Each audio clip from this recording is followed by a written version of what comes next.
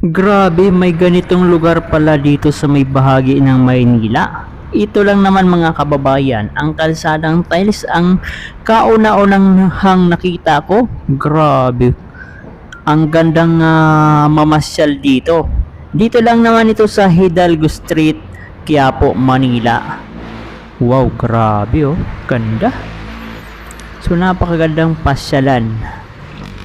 Pero hindi siya gaanong mahaba, pero masasabi ko talagang the best yung nagpagawa nito. Kung sino mang kapitan o kung sino mang ano. Hindi siya totaling tiles kabayan. Parang yung design niya, parang tiles, pero hindi siya gaanong madulas. Pero makikita mo naman talagang attractive at kung ganito mga project ang gagawin sa Maynila, nako, pasado. Pero hindi siya totally na na tiles. Kumbaga design lamang ho siya mga kababayan. Wow, ganito pala ito dito oh. So balikan ho natin. Grabe. Maiksi lamang ho siya. Tapos kapag diniretso natin yan, ay dyan natin makikita yung minor Basilica of San Sebastian. Diyan din natin makikita ang San Sebastian College. Napakaganda.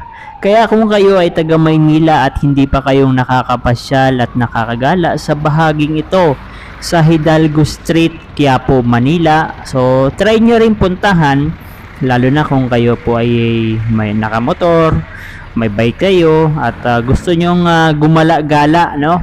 Dito ang napakagandang pasyalan, Quiapo, Manila. Pag sabi ho nila kabayan na Quiapo, ang akala nila ay nakakatakot. Hindi naman, merong ibang bahagi ng Quiapo na masasabi ho natin na talagang overcrowded, talagang nakakatakot. Pero may ilang bahagi ng Quiapo na hindi naman. Pero ata yung sa may portion na to, San Rafael ba ito, kabayan, no? Yan. Tapos kapag diniretso natin to, kakanan tayo, papunta ng Mendiola. So ayan, no? Ang medyo panira lamang ho dito yung mga nakapark. Pero wala na tayong masabi dyan, kabayan. Halos sa lahat naman ng syudad, hindi lamang dito sa Maynila, ay may ganyang mga problema na kung saan-saan lamang nagpa-park yung ating mga kababayang Pilipino ng kanilang mga sasakyan, jeep, motor, at kung ano pang uri na mga sasakyan. Ayan, Saint Rita College. Yan, kapag diniretso natin ito, yan, nandito tayo sa kahabaan naman ng San Rafael Street.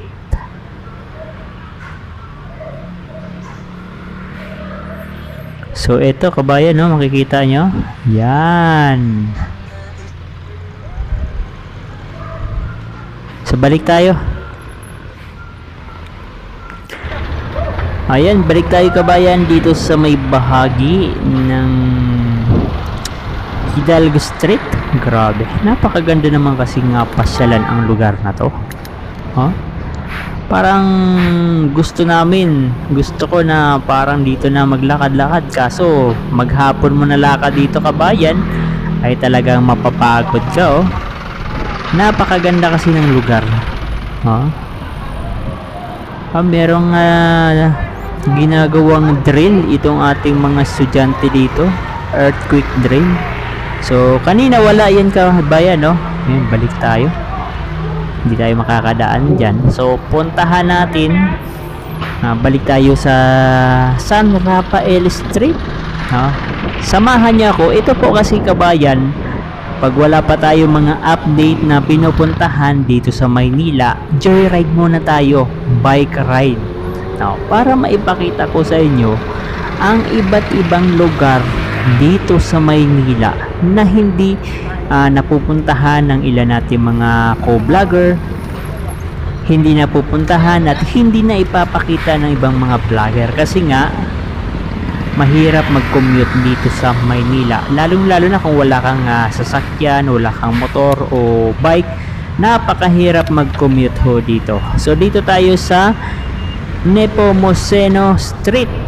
Papunta tayo ng Casal Street. Papunta ng Arlegui at doon tayo kakanan kabayan. Ayan o. Maaliwalas naman. Kaya sabi nila pag nasa Maynila ka raw ay nakakatakot. Pero hindi naman oh. Ang sarap-sarap nga mamasyal ho dito. Kaya doon sa mga kababayan natin na natatakot dito sa Maynila, huwag kayong matakot. Nandyan si Yorme kapag may umabuso sa inyo at may gumawa ng hindi maganda sa inyo, nandyan si Yorme na magtatanggol sa inyo. So nandito na tayo sa Casal Street o Ligarde Street at ang pinakaano dito pangalan. Tapos diretso tayo kabayan sa Arlegui papunta ng Quiapo. Oh, grabe oh. Ang pangit lang dito sa mga pader kabayan, yung mga vandalism. Akala kasi ng iba, yung mga nagpipaint ng pader, akala nila art. Hindi nila alam na nakakapangit sa kalsada. Okay sana talaga kung pinaka-painting talaga na ma-attract yung tao. Pero kung parang vandalism ay hindi maganda. So ito na yung kahabaan ng Arlegui papunta ng Quiapo.